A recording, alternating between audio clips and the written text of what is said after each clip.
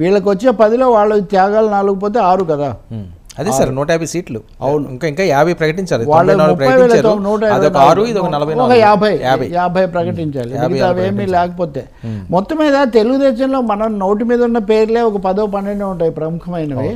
మొత్తం రాష్ట్రం మీద అన్ని ప్రాంతాల్లో కలిసి ఇంకో 50 మందికి మట్టుకే టికెట్లు వస్తాయి, అన్ని సజావుగా. ఇంకా మళ్ళీ ఏమీ అడ్జస్ట్మెంట్ లేకపోతే నిజంగా తెలుగుదేశం వాళ్ళు సంతృప్తి చెందుతారు అనేది కూడా ఒక పెద్ద ప్రశ్నే. రెండవది వ్యతిరేకంగా 24 వీళ్ళు ప్రకటించాల్సి, వీళ్ళు 24 ప్రకటించాలి, 24 ప్రకటించాలి, 8 పార్లమెంటు ప్రకటించాలి. క్లారిటీ లేదు. అంటే బీజేపీకి పెద్ద ఇబ్బంది లేదు, తెలుగుదేశం వాళ్ళే అక్కడ ఉన్నారు చాలా మంది. సుజనా చౌదరి ఉన్నాడు, సీఎం రమేష్ ఉన్నాడు, ఆయన ఎవరు మన కమ్మపాటి రామ్మోహన్ రావు ఉన్నారు. అలాగే వైసీపీలో నుంచి అందులోకి వెళ్ళి ముందే టికెట్లు రిజర్వ్ చేసుకున్న వాళ్ళు ఉన్నారు. ఇప్పుడు బందరు చేస్తామన్నారు అనుకోండి జనసేన వాళ్ళు, బందర్లో ఇప్పటికే అక్కడి నుంచి వచ్చిన ఆయన ఎవరు బాలశౌరి చేస్తాడా, ఇంకెవరు ఏం పోటీ లేదు ఇంకా. అంటే మొత్తం జనసేన నుంచి ఎంపీ అభ్యర్థిగా ఏ ఒక్కరు రంగంలో ఉండరు. అందుకనే పవన్ కళ్యాణ్ గారిని ఎంపీ అంటున్నారు కదా. అందుకే నేను చెప్పేది, ఆయన నిలబడితే వీళ్ళు ఒప్పుకుంటారని, లేకపోతే ఇంకొక్కడికే ఇస్తానంటే మరి ఒప్పుకోరు. ఇప్పుడు బాలశౌరి అనుకోండి, ఆయన ఆల్రెడీ ఎంపీ అండి, వేరే పార్టీ నుంచి వచ్చారు, దాన్ని ఎవరు క్వశ్చన్ చేయలేరు. అంటే ఎన్ని రోజుల నుంచి జనసేనలో మేము వస్తాము అని ఆస్పిరెంట్స్ ఆశాబహులుగా ఉండి అంచనాలు పెట్టుకున్న వాళ్ళు ఇప్పుడు ఏమవుతారు? మనకు తెలిసిన పేర్లు కూడా మొత్తం 2-3 మంది, తాడేపల్లి కూడా ఇలాంటివి బీజేపీ అడుగుతుంది. కాబట్టి ఇక్కడ ఒక అసంతృప్తి అనేది చాలా స్వతహాగాను సహజంగా వస్తుంది, వీళ్ళు చేసిన పద్ధతి వల్ల కూడా వస్తుంది. పోనీ ముందు నుంచి ఇంతే అనుకోండి. అవును, ఇప్పుడు నేను చెప్పేది కమ్యూనిస్టులు ఇలా బీజేపీ కూడా 10 సీట్లతో వాళ్ళు ఓకే అంటారు, ఇబ్బంది అది లేదు. కానీ మనం మాట్లాడిన మాటలు ఏది ఇది pan India cinema, global cinema అంటే అది కాస్త 4వ రోజు వెనక్కి వస్తే ఎట్లా ఉంటుందో దాదాపు అలాంటి ఒక పరిస్థితి ఏర్పడింది, ఇబ్బందికరమైంది. దీని మీద సమగ్రమైన వివరణ కూడా లేదు, అది కూడా మీరు గుర్తించారు. సార్ ఈ రకంగా మరి చంద్రబాబు నాయుడు గారు ఆయన రాజకీయ చరిత్ర చూసినా లేకపోతే ఆయన అనుభవం చూసినా ఇది ఎక్కడో కరెక్ట్గా ట్రాక్ బాగలేదు, తప్పుతుంది, ఇబ్బంది పడుతుంది అని ఆయన కూడా ఆలోచించలేదంటారు. ఆయనకి ఇంపార్టెంటే కదా ఈ ఎన్నికలు. ఇప్పుడు ఇవన్నీ చాలా వరకు అండి, politics is an art of managing contradictions అని ఒకసారి VP సింగ్ చెప్పాడు. వైరుధ్యాలు అవసరాలను ఏదో ఒక విధంగా సర్దుబాటు చేసుకొని ముందుకు పోవడమే రాజకీయం అని. చంద్రబాబు నాయుడుకి ఇప్పుడు మిగిలిన లాస్ట్ రిసార్ట్, చివరి అవకాశం పవన్ కళ్యాణ్.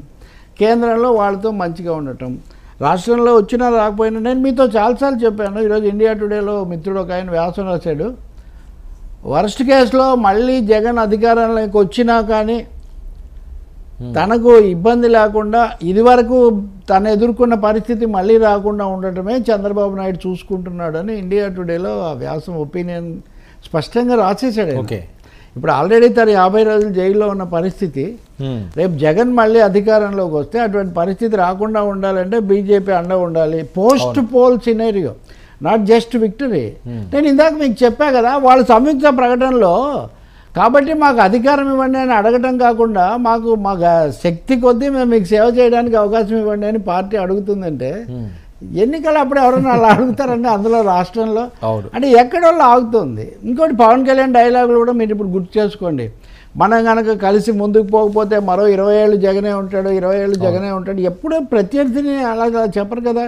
మళ్ళీ ఇక్కడ స్టేజ్ మీదకి ఎక్కితేనేమో దూసుకుపోతారు, అది ఇదని మీరు చెప్తున్నారు. కాబట్టి మీ పిలుపులోనే ఆత్మవిశ్వాస లోపం స్పష్టంగా కనిపిస్తుంది. కలవకపోతే కుదరదు అని.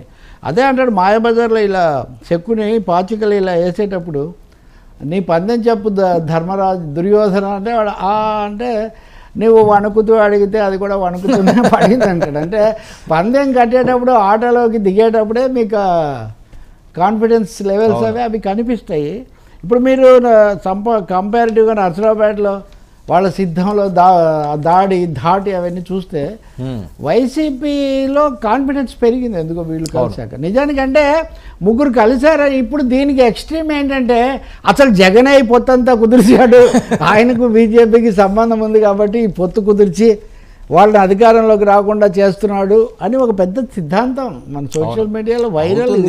బీజేపీ ఎప్పుడైతే కలిసిందన్నారో ఆ శిబిరంలో చాలా హ్యాపీ ఫీల్ అయ్యారంట. అదే కదా, ఈరోజు బీజేపీ జాతీయ కార్యదర్శి ఒక ఆయన ఉన్నాడు కదా, సత్యకుమార్ ఎన్నికల్లో చేస్తాడన్నారు పోటీ. ఆయన ఈరోజు ఒక వ్యాసం రాశాడు ఒక పత్రికలో.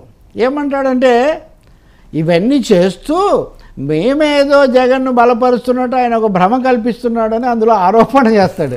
అసలు ఎవరైనా నమ్ముతారండి ఇది భ్రమ? అంటే ఆయన జగన్ మా అండతోనే చంద్రబాబును అరెస్ట్ చేశాడని కూడా నమ్మించడానికి ప్రయత్నిస్తున్నారంట. ఎవరు ప్రయత్నించడం ఎందుకండి? ప్రజల్లో ఇవన్నీ ముంజేతి కంకణానికి అర్థం ఎందుకు అన్నట్టుగా ఉంది పరిస్థితి. అందుకని ఇది ఇలా జరగాల్సిందే అంతే. ఒక గేమ్, ఇట్స్ ఏ గేమ్. ఈ గేమ్లో మీ జట్టు వీక్గా ఉండొచ్చు, మీ పట్టు తక్కువగా ఉండొచ్చు, అయినా కానీ బెట్ ఎక్కువగా ఉంది ఇక్కడ.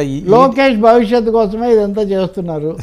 అదే అతను చెప్తున్నాడు, లోకేష్ భవిష్యత్తు కోసము, తను మళ్ళీ జైలుకి వెళ్లకుండా ఉండడం కోసము ఇలా చేస్తున్నాడని వాళ్ళు రాస్తున్నారు. ఎట్లా పరిస్థితి? మీరు అన్నారు చాలా అనుభవం ఉన్న చంద్రబాబు నాయుడు ఇలా ఈ పరిస్థితి ఎందుకు తెచ్చుకున్నాడు? మరి ఆయనే తెచ్చుకున్నాడు సార్. ఒక పక్క మరి ఈయనేమో కేసులు పెడుతున్నాడు. ఇప్పుడు కూడా మళ్ళీ అమరావతిలో అసైన్మెంట్ ల్యాండ్ల కేసులో 4,400 కోట్లు గల్లంతయ్యాయని నిన్న కూడా ఛార్జ్ షీట్ పెట్టారు. అంటే నోటిఫికేషన్ వచ్చే లోపల ఇంక తొందరగా ఇంకో 3-4 కేసులు బనాయిద్దాం అనే హడావుడిలో అక్కడ జగన్ ప్రభుత్వం సిఐడి పెట్టారు ఈ కేసు. ఈ కేసు పెట్టింది ఎవరు తెలుసా అండి? షర్మిల దగ్గరికి వెళ్ళి మళ్ళీ వెనక్కి వచ్చిన ఆళ్ళ రామకృష్ణారెడ్డి పెట్టిన కేసు ఇది. అవును, మళ్ళీ ఈ శిబిరంలోకి వచ్చాడు కదా. అదే అంతకు ముందు పెట్టింది.